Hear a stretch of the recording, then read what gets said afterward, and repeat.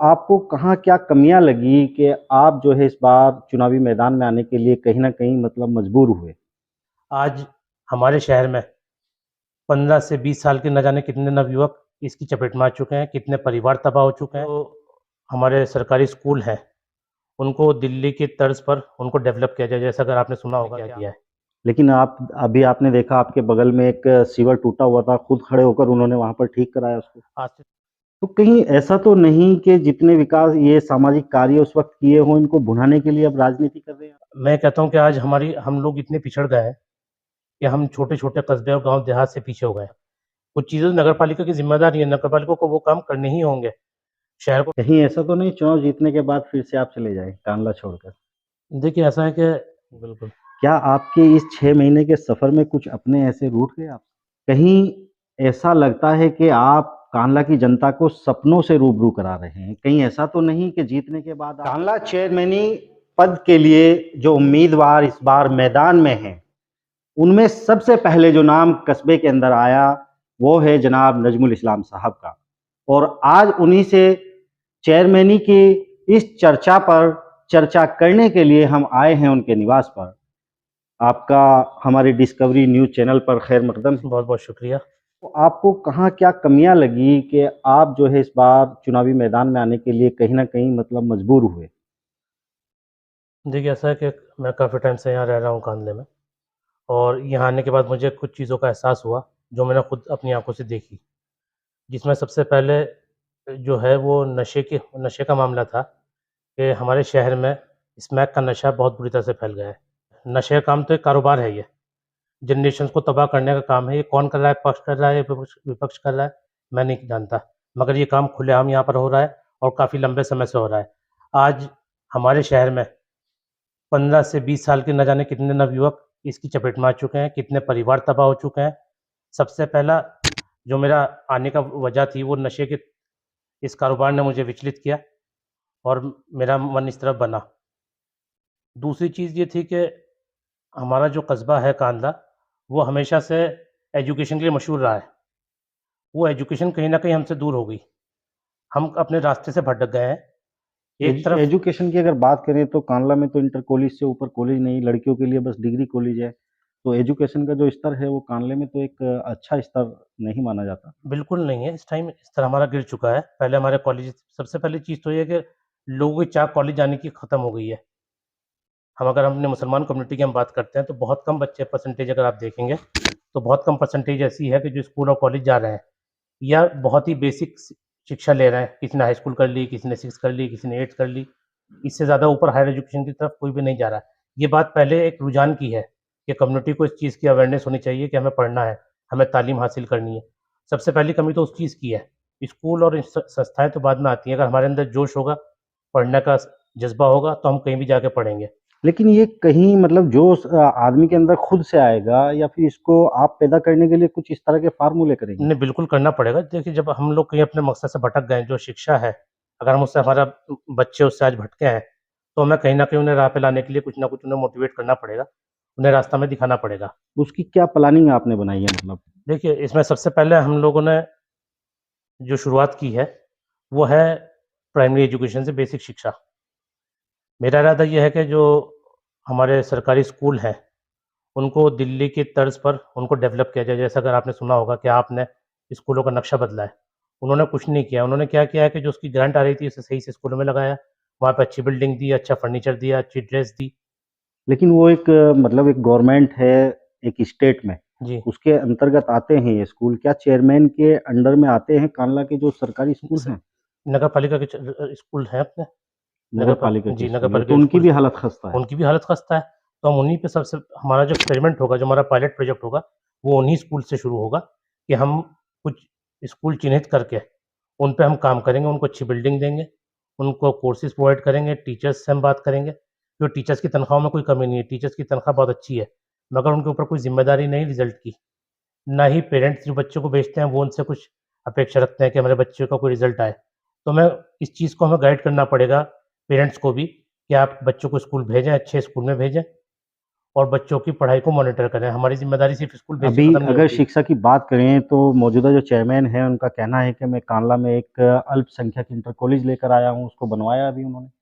कहाँ पर बनवाया? कौन-सा कॉलेज है? जो कॉलेज लड़कियों का ये आपके यूको बैंक पर है, इसको दोबारा तुड़वा कर नया इसका निर्माण कराया है। स्कूल तो पहले था ना, जी, नया निर्माण नया हुआ है, मगर स्कूल तो पहले से था। लेकिन उनकी कोशिशों से हुआ है, कहीं न कहीं वो ठीक शिक्षा है, को बहुत अच्छी बात है, हम इसे वेलकम करते हैं। भाई कोई भी अच्छा काम करे, हम उसके साथ हैं, चाहे वो बबलासन चेयरमैन हो या कोई भी हो, हमें किसी से कोई शिकायत नहीं है।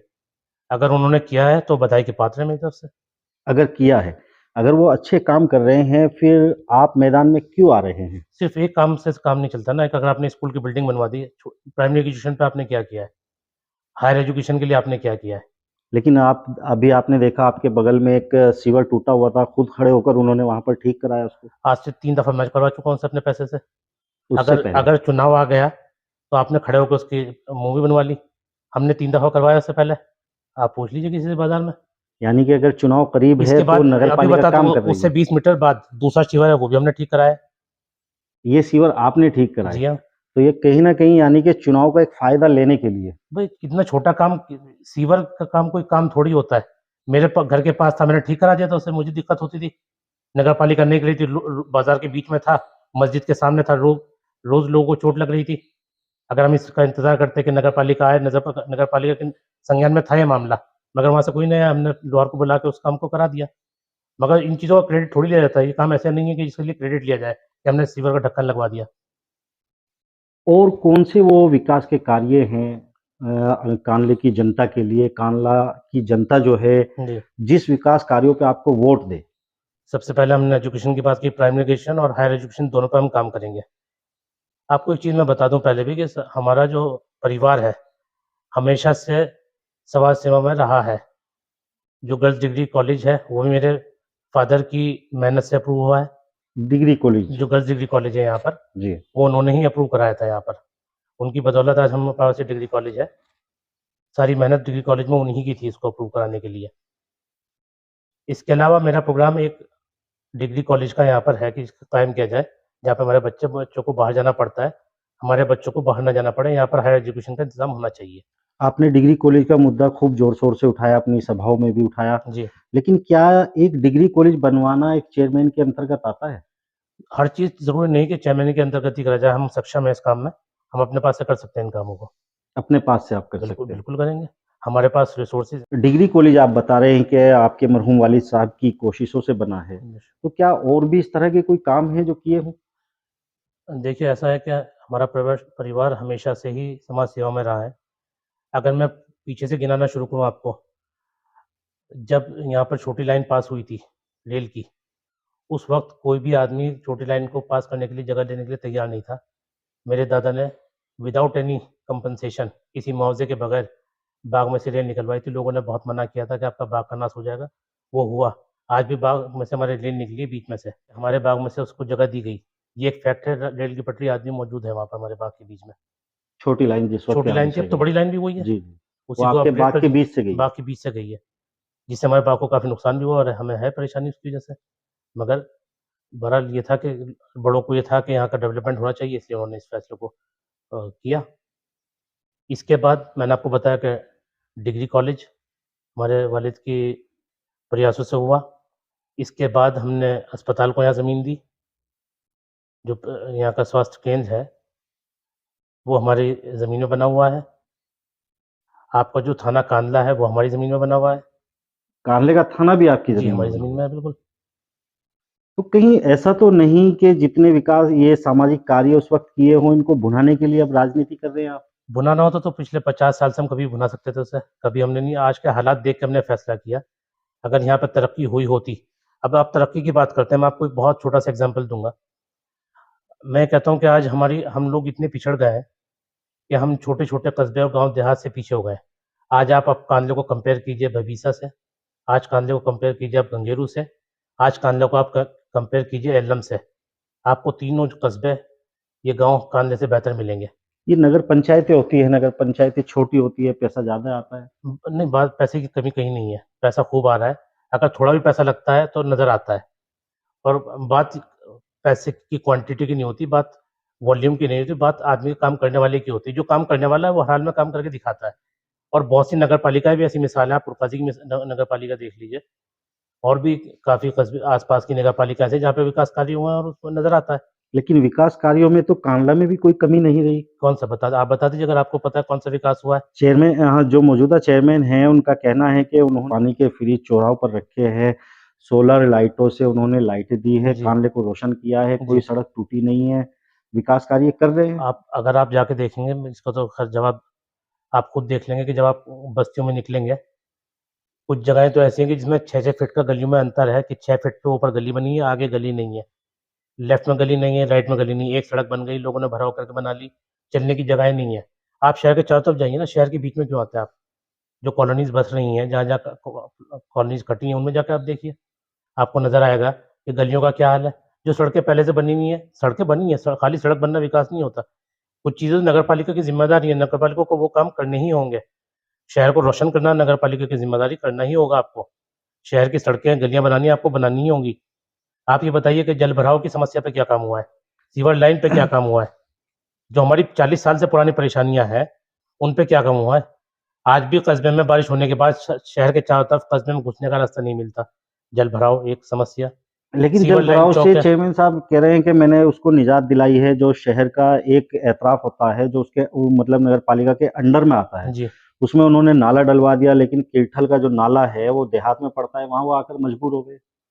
देखिए ठेकेदारों के सजेशन से काम शहर नहीं चलते। हमारा इरादा ये है कि हम एक टेक्निकल सर्वे पूरे शहर का कराएँगे। कहाँ पर जल भराव है, कहाँ पर नीचे नाले उठने हैं या गहराई में जाना है, कहाँ की सड़क ऊँची उठनी है, ये काम इंजीनियर का है। ये काम हमारे ठेकेदार नहीं कर सकते। जो लोग ठेकेदारी कर रहे हैं यहाँ पर, ना तो वो क्वालिफ़ाइड हैं इस काम के लिए, और ना ही उनके पास वो टेक्निकल नो हाउ है। इसके लिए एक बहुत प्रॉपर इंजीनियरिंग कंपनी को हमें हायर करना पड़ेगा, जो कि एक टेक्निकल सर्वे पूरे शहर का करे और वो बताए हमें कि शहर में किस तरह से इस चीज़ को निजात दिलाए। 40 से 42 साल पहले आपके परिवार का ताल्लुक राजनीति से रहा है, जी, एमएलए का चुनाव भी लड़ा है आपके जी, मरहूम वालिद साहब ने जी, जी, और चेयरमैन भी रहे हैं जी, कांडला के। बिल्कुल। एक आखिर ऐसी क्या ज़रूरत आन पड़ी 42 साल के बाद कि आपको राजनीति में आना पड़ रहा है? देखिए, मैं आपको एक चीज़ क्लियर कर दूँ पहले कि मैं राजनीति में नहीं आया हूँ। हम लोग समाज सेवी हैं और हमेशा से समाज सेवी ही रहे। चाहे मेरे दादा रहे हों, मेरे वालिद मरहूम रहे हों या मैं हूँ। मैं भले ही यहाँ पे बहुत टाइम के लिए नहीं था, मगर हमारे समाज सेवा का काम हमेशा चलते रहे। लेकिन समाज सेवा के कार्य तो बगैर चुनाव लड़े भी आप कर सकते हैं। अब मुझे लग रहा है कि काफ़ी चीज़ें ऐसी हो गई जो मेरे ज़ाती तौर पर करने से नहीं हो पाएँगी। इसके लिए हमें एक बड़ा प्लेटफ़ॉर्म चाहिए जहाँ से हम लोगों को जोड़कर इस काम को कर सकें। एक ज़िम्मेदार एक ज़िम्मेदार पद होना चाहिए ताकि लोग भी आपके साथ जुड़ें और अधिकारी भी आपकी बात को सुनें। अधिकारी तभी वेटेज देता है जब आपके पास कोई पद होता है। ये चीज़ देखने में आई मुस्तकिल कि कहीं भी जाते हैं कोई सुनवाई नहीं होती। क्योंकि अब सुनवाई जो हो रही है वो जिनके पास पद है उनकी सुनवाई होती है। हर चीज़ के पद हैं, पार्टियों के पद हैं, नगर पालिका के पद हैं, मेंबर हैं, हर एक की सुनवाई होती है क्योंकि एक वो ज़िम्मेदार का पद होता है। कांडला की राजनीति मेरे ख़्याल से आप पिछले 6 महीने से इस फ़ील्ड में आए हैं चेयरमैनी के चुनाव पद के उम्मीदवार बनकर। जी, और कांडला में सबसे पहले उम्मीदवार जो दस्तक दी है, जिसने बिगुल बजाया है जी, चुनावी, वो भी आप ही हैं। जी, जी। इतने वक़्त पहले आखिर आपने मतलब चुनावी बिगुल क्यों बजाया?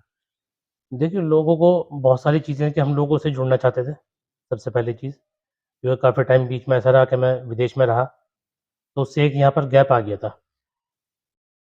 बीच में फिर मेरे पेरेंट्स की तबीयत ख़राब रही, वो लोग भी दिल्ली रहना हुआ, पिछले 4-5 साल का वो गैप आया। मैं यहाँ पे रहा मगर लोगों से उस तरह से जुड़ा हुआ नहीं था। तो मुझे ज़रूरत महसूस हुई कि पहले लोगों से अपना परिचय करा जाए, अपनी बात लोगों के बीच में रखी जाए कि हम क्या प्लान हमारा है, एक विज़न अपना लोगों को दिया जाए कि हम इस तरह से काम करना चाहते हैं, क्या वो लोग इस चीज़ के लिए तैयार हैं? कहीं ऐसा तो नहीं चुनाव जीतने के बाद फिर से आप चले जाएँ, कांडला छोड़कर? देखिए ऐसा है कि ये सवाल बहुत दफ़ा मेरे सामने आया है। पहले एक अलग बात थी कि मैं विदेश गया था क्योंकि मेरे पेरेंट्स ज़िंदा थे और वो यहाँ बैठे हुए थे, तो मुझे कोई दिक्कत नहीं थी। आज मेरे अलावा मेरी जायदाद को सँभालने वाला कोई और नहीं है यहाँ पर, तो मेरी तो मजबूरी है कि मैं कांडला को छोड़ नहीं सकता। अब यानी कि आप कांडला के बीच में रहेंगे। मैं पिछले 4 साल से यहीं पर ही हूँ लगातार। जब से मैं विदेश से लौटा हूँ, लगातार मैं कांडला में रहा हूँ और मैंने पूरा समय कांधले में दिया है अपना, अपने काम को सँभालने के लिए दिया पिछले 3 साल, 4 साल। अपने काम को सही किया, उसको दुरुस्त किया, जहाँ-जहाँ जो कमियाँ थी उनको दूर किया। अब मुझे लगता है कि अब मैं फ्री हूँ और वो टाइम मैं जनता को दे सकता हूँ, समाज सेवा के लिए दे सकता हूँ, तो इसलिए मैंने फैसला किया अब आकर। अभी आपने फ़ेसबुक पर एक पोस्ट डाली थी 2 दिन पहले, आहिस्ता चल ज़िंदगी अभी कर चुकाना बाकी है, कुछ दर्द मिटाना बाकी है, कुछ फ़र्ज़ निभाना बाकी है। बिल्कुल, रफ़्तार में तेरी चलने से कुछ रूठ गए, कुछ छूट गए, रूठों को मनाना बाकी है, रूठों को हँसाना बाकी है। बिल्कुल। क्या आपके इस 6 महीने के सफ़र में कुछ अपने ऐसे रूठ गए आपसे? नहीं, लोग जुड़े हैं, अल्लाह का बहुत बड़ा एहसान है इस चीज़ के लिए कि बहुत लोग सभी लोग जुड़े हैं, जहाँ पे भी हम गए हैं, सब लोग जुड़े हैं। मगर एक चीज़ मैं बताना चाहता हूँ आपके माध्यम से कि आने की एक वजह और भी थी कि हमारे कस्बे ने हमें नाम, इज़्ज़त, शोहरत, धन-दौलत हर चीज़ दी है और मुझे लगता है कि उसको लौटाने का वक़्त आया है। लौटाने का एक तरीका ये भी है कि हम समाज सेवा में आगे बढ़ें, बढ़-चढ़ कर हिस्सा लें चीज़ों में, जो चीज़ यहाँ पे कमियाँ हैं, उनको दूर करें। ये भी एक वजह रही जिसका मैंने फ़ैसला किया और यानी ये कि जो ये आपने इसी तरह लिखी कि इसी कुछ जी, कर्ज़ चुकाना ब बाकी है। कर्ज़ है, ये हमारे ऊपर कर्ज़ है एक तरह का। अगर उसको हमारे चुकाने के लिए उसके आप अब चुकाने के लिए बिल्कुल मैदान में हम आए हैं। बिल्कुल आए हैं हम इसको क्योंकि खानदान ने हमें सब कुछ दिया है। आज हम अच्छे एजुकेशन है, हमारा नाम है, सब लोग इज़्ज़त करते हैं, लोगों ने मोहब्बत भी दी, लोगों के पास गए, तो ये कर्ज़ है लोगों का एक। पिछले 6 महीने से आप कांडला की सड़कों पर घूम रहे हैं। जी, कैसा तजुर्बा है आपका? भाई तजुर्बा बहुत अच्छा रहा। मैं बहुत डर के मैंने कदम उठाया था कि शायद मैं बहुत टाइम यहाँ पे नहीं रहा, लोगों के बीच नहीं रहा, तो लोग जो हैं वो नाराज़ होंगे या लोग मुझे एक्सेप्ट नहीं करेंगे। मगर लोगों का बहुत प्यार मिला, लोगों ने बहुत इज़्ज़त दी और बहुत ही गर्मजोशी से मेरे इस फैसले का स्वागत किया। इसने मुझे बहुत हौसला दिया। मैं पहले सिर्फ़ इसलिए निकला था, मैंने अपने आप को कैंडिडेट डिक्लेयर नहीं किया था। पहले 1 महीने तो सिर्फ़ मैंने लोगों की राय जानी कि भाई मैं इस तरह से मेरा इरादा है, ये मेरे प्लान्स हैं, इस तरह से मैं काम करना चाहता हूँ। अगर आप लोग सही समझते हैं, तो फिर मैं चेयरमैनी के लिए अपना कदम आगे बढ़ाऊँ। लोगों ने बहुत साथ दिया, लोगों का उत्साह देखकर मुझ में भी हौसला आया और फिर मैंने ये फैसला लिया। तो आप चेयरमैनी पद के उम्मीदवार बनकर आए हैं, आखिर कोई तो फ़ॉर्मूला कांडले की जनता के लिए लेकर आए होंगे? देखिए, जो चीज़ फ़ॉर्मूला कुछ नहीं है, सिर्फ़ एक जो लोगों की ज़रूरतें हैं, उनको पूरा करना है और वो बहुत ही बुनियादी से काम है, जिसमें सबसे पहले कस्बे में हमारे एक मैरिज हॉल की ज़रूरत है बड़ी सख्त। मैरिज हॉल के लिए मैंने वादा किया है, जो कि मैं बनवाऊँगा इंशाअल्लाह, ज़रूर। मैंने 4 मैरिज हॉल का वादा किया है, पहले साल में 2, कांडला में 4 मैरिज 4 हॉल मैरिज हॉल बनवाइए 4 आप। कोनों पे होंगे, क्योंकि इससे कम में कांधले का काम नहीं चलता है। पहले साल में 2 का मेरा इरादा है और पूरी योजना के तहत 4 मैरिज हॉल हम करवा के देंगे। इसके इसके अल अलावा इसके अलावा पूरे कैमरे को सीसीटीवी कैमरे से कवरेज दी जाएगी। कांडला को सीसीटीवी कैमरा जी हाँ, बिल्कुल पूरे मुहैया कस्बे को करा दिया जाएगा, बिल्कुल, कहीं भी कोई घटना घटती है। घटती है तो हमें पता चलना चाहिए कहाँ पे क्या हो रहा है। काफ़ी स कंप्लेंट्स आई कि साहब नगर पालिका में सुनवाई नहीं होती, जाना पड़ता है, सिफ़ारिश लगानी पड़ती है। तो उसके लिए मैंने नगर पालिका में एक हेल्पलाइन का वादा किया है कि कानले में सिर्फ़ नगर पालिका में एक हेल्पलाइन होगी, आप उस पे फ़ोन करेंगे, 15 मिनट के अंदर आपके पास आदमी आएगा, जो भी समस्या होगी, वो उसका समाधान किया जाएगा। इसके अलावा शहर की जो भी जगह है शहर में जो भी नगर पालिका की जगह है, उनको सबको खूबसूरत बनाया जाएगा, उसमें पार्क बनाए जाएँगे, लोगों को घूमने-फिरने का उसमें इंतज़ाम किया जाएगा। इसके अलावा शिक्षा के माध्यम से मैं आपको बता दूँ कि एक लाइब्रेरी का प्रावधान रखा है मैंने अपने एजेंडा में, कि जहाँ पे बच्चे पढ़कर बैठकर अपनी कोचिंग करें, उसमें बैठकर पढ़ाई करें, तैयारी करें कोचिंग के लिए। उसी के साथ ही मैं उसमें एक कोचिंग एंड गाइडेंस सेल दूँगा, ताकि 10वीं के बाद बच्चों को पता रहे कि उनके पास किन-किन कोर्सेज़ के ऑप्शंस हैं, कहाँ-कहाँ पे वो अवेलेबल हैं, कब-कब उनको अप्लाई करना है, ये सारा फैसिलिटीज़ उसमें मौजूद होगी, रीडिंग रूम में। इसके बाद हम लोग कोशिश करेंगे कि जो हमारे अस्पताल की सुविधाएँ हैं, उनको बेहतर किया जाए। हम प्रशासन से बात करेंगे कि जिस मकसद के लिए हमने अस्पताल दिया था, वो मकसद हमारा पूरा नहीं हो पा रहा है। ना यहाँ पर दवाइयाँ उपलब्ध हैं, ना यहाँ पर जाँचें उपलब्ध हैं, ना यहाँ पर डॉक्टर्स मुस्तकिल उपलब्ध हैं। तो हमारी कोशिश ये रहेगी कि हम प्रशासन से मिलके यहाँ पे मुस्तकिल इमरजेंसी सर्विसेज़ का सिस्टम शुरू कराएँ। यहाँ पर सारी दवाइयाँ मुहैया कराएँ, जो बेसिक टेस्ट हैं, बुनियादी जाँचें हैं, खून की जाँच है, एक्स-रे है, अल्ट्रासाउंड है, वो सब हमारे अस्पताल में हो, इसके लिए हम लोग पूरी कोशिश करेंगे। जो प्रशासन से हमें मदद चाहिए वो उनसे लेंगे, जो उनको हमसे मदद चाहिए वो हम उनको देंगे। इसके अलावा अगर आपकी इजाज़त हो मैं अपने कुछ जी, जी, चीज़ें हैं जो बिल्कुल। मैं कानले की जनता यही इसके जानना चाहती है कि आप आखिर क्या उनके लिए करेंगे? इसके अलावा एक एक चीज़ और बहुत तकलीफ़देह कांडला में मैंने देखी यहाँ पर, जो मुझे उसको देख के तकलीफ़ हुई, जिसका मेरा इरादा है कि यहाँ पर बिरादरी वाइज़ कब्रिस्तान बने हुए हैं।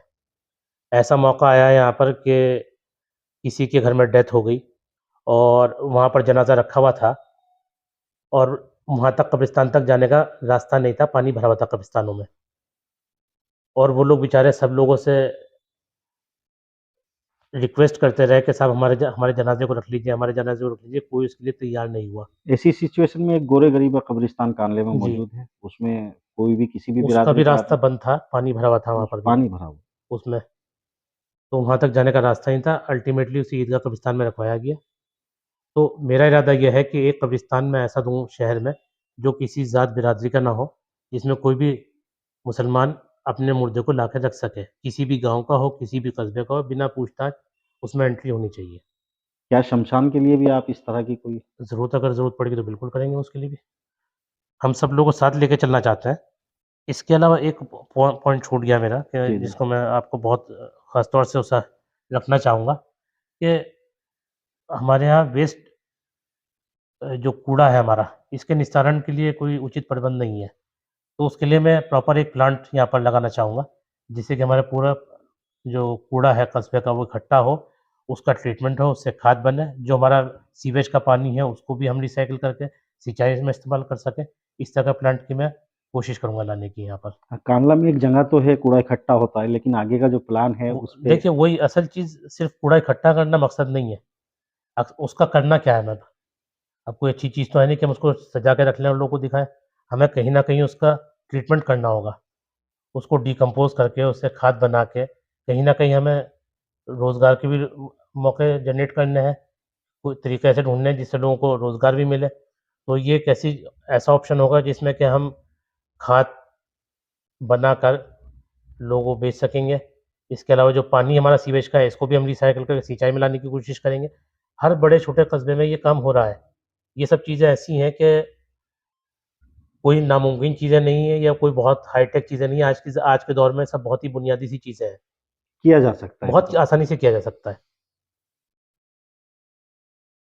मैरिज हॉल का मैंने आपको बता दिया। मैंने आपको ड्रग अब्यूज़ के बारे में बताया यहाँ पर कि शहर में जो हम लोग रिहैबिलिटेशन सेंटर चलाना चाहेंगे। जो लोग नशे में पड़ चुके हैं, उनको रिकवरी के लिए, उनके रिहैबिलिटेशन के लिए हम काम करना चाहेंगे। मैरिज हॉल के लिए मैंने आपको बताया, डिग्री कॉलेज के लिए मैंने बताया, प्राइमरी एजुकेशन के लिए मैंने आपको बताया, लाइब्रेरी मैंने आपको बताई। इसके अलावा कुछ चौराहों पर हम फ्री वाई-फाई का भी प्रबंध कराएँगे। जो मेन चौराहे हैं शहर के, उसमें फ्री वाई-फाई का भी प्रबंध किया जाएगा ताकि हमारे युवा लोग जो हैं, उसका फ़ायदा उठा सकें। ये न कांडला नगर पालिका की तरफ से जी, वाई-फाई भी उपलब्ध होगा। वाई-फाई भी उपलब्ध होगा। मवाना नगर पालिका है, वहाँ उसने अब से 10 साल पहले ये फैसिलिटी दी थी। भाई देखिए, कौन आदमी कितने आगे है देखिए वो लोग पहले आगे उन्होंने किया बहुत अच्छी बात है। मैं उनकी सराहना करना चाहूँगा कि उन्होंने ऐसा काम किया और बाकी लोगों में से कुछ चाहूँगा कि जो और नगर पालिकाएँ वो भी इस चीज़ को जहाँ-जहाँ भी अच्छा काम हो रहा है, उसको फ़ॉलो करना चाहिए, उसको एक्सेप्ट करने में कोई शर्मिंदगी नहीं होनी चाहिए। मैंने सीसीटीवी कैमरे की बात कही है। इसके अलावा एक बड़ा प्लेग्राउंड की मैंने बात रखी है कि कहीं पे भी कानले के बच्चों के लिए हम एक प्लेग्राउंड की व्यवस्था करेंगे, जो कि आगे चल के टाइम के साथ-साथ स्टेडियम में तब्दील किया जाएगा। जिससे कि बच्चों को खेलना अब मैं देखता हूँ बच्चे सड़कों पे प्रैक्टिस करते हैं, दौड़ते हैं, जो कि बहुत ही खतरनाक है और इसमें जान का खतरा है और ये नहीं होना चाहिए। हमारे पास एक उ प्रॉपर जगह होनी चाहिए जहाँ पे बच्चे जाके खेल सकें, टूर्नामेंट हो सकें, दौड़ की प्रैक्टिस कर सकें, एथलेटिक्स की प्रैक्टिस कर सकें। कानले के कई बच्चे स्पोर्ट्स में निकले हैं मगर उनको सहूलतें नहीं है हमारे पास यहाँ कुछ भी। तो बुनियादी सहूलतें मैं यहाँ देना चाहूँगा। जितने काम आपने कांडले की जनता को गिनवाए हैं, कहीं ऐसा लगता है कि आप कांडला की जनता को सपनों से रूबरू करा रहे हैं। कहीं ऐसा तो नहीं कि जीतने के बाद आप एक नेता बन जाएँ? देखिए ऐसा है कि सपने नहीं है, ये हकीकत है। सपना मैं देख रहा हूँ, सपना मैंने देखा है और उसको साकार भी मैं करूँगा। जनता को मैंने बताया कि मुझे क्या करना चाहता है, मैं जनता को कोई भी चीज़ मैंने इसमें ऐसी प्रॉमिस नहीं की जो नामुमकिन हो या ना हो सकती हो या जिसका प्रावधान ना हो। लेकिन आज तक नहीं हुआ कांडला में। ये तो वो लोग बताएँगे जिन्होंने नहीं किया। मैं तो बड़ी ज़िम्मेदारी के साथ ये बातें रख रहा हूँ, आप कभी भी किसी जगह मुझे रोक कर आप कभी भी मुझसे सवाल कर सकते हैं कि आपने ये वादे किए थे, आपने इनमें से कितने पूरे किए और इनका क्या स्टेटस है? मैं इसका जवाबदेही हूँ हमेशा के लिए, सारी जनता के लिए। कांडला चेयरमैनी की सीट अगर ओबीसी में आ जाती है, उसके लिए फिर क्या कदम उठाएँगे आप? देखिए, जिसका जो हक है उसे मिलना चाहिए, अगर ओबीसी में आती है और ओबीसी का हक है तो हम ओबीसी को साथ देंगे, जो भी ओबीसी में अच्छा कैंडिडेट होगा, हम उसको लड़ाएँगे। आप अपना कैंडिडेट ओबीसी चेहरा लेकर आएँगे? बिल्कुल, जो अच्छा हमें कैंडिडेट लगेगा, जो हमें लगेगा कि इन कामों को पूरा करेगा, जो हमने एक विज़न है हमारा कांधले के लिए, जो उस हमारे सपने को साकार करेगा, उसका हम साथ देंगे। लेकिन मैदान छोड़ने का कोई इरादा नहीं। नहीं, मैदान छोड़ने का देखिए कदम रख दिया हमने और मैदान में उतर गए, तो अब हमेशा के लिए उतरे हैं, अब वापस जाने के लिए नहीं उतरे हैं।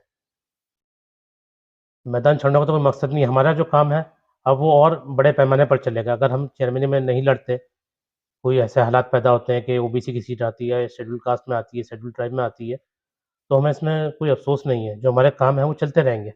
आपका वोट बैंक तो कहीं न कहीं 6 महीने से मतलब आप उसको बनाना तैयार कर रहे हैं, लेकिन अगर ओबीसी किसी कैंडिडेट को आप लाते हैं, तो शायद वो वोट बैंक आपको ना मिले, तो इससे हो सकता है कि कहीं किसी का समीकरण बिगड़ जाए? देखिए, ये तो वक़्त आने पे ही पता चलेगा, कि क्या समीकरण क्या बनता है, अभी तो समीकरण के बारे में कहना बहुत मुश्किल है। समीकरण तो तब पता चलेंगे जब पर्चे भरे जाएँगे, कौन-कौन लोग मैदान में हैं, कितने मज़बूत हैं, उसके बाद ही समीकरण बनेंगे।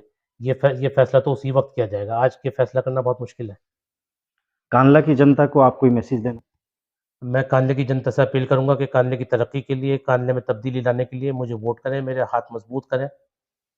मैं आपको विश्वास दिलाना चाहता हूँ, आपको यकीन दिलाना चाहता हूँ कि जो मैंने बातें रखी हैं, वो हर हाल में मैं पूरी करूँगा किसी भी तरह।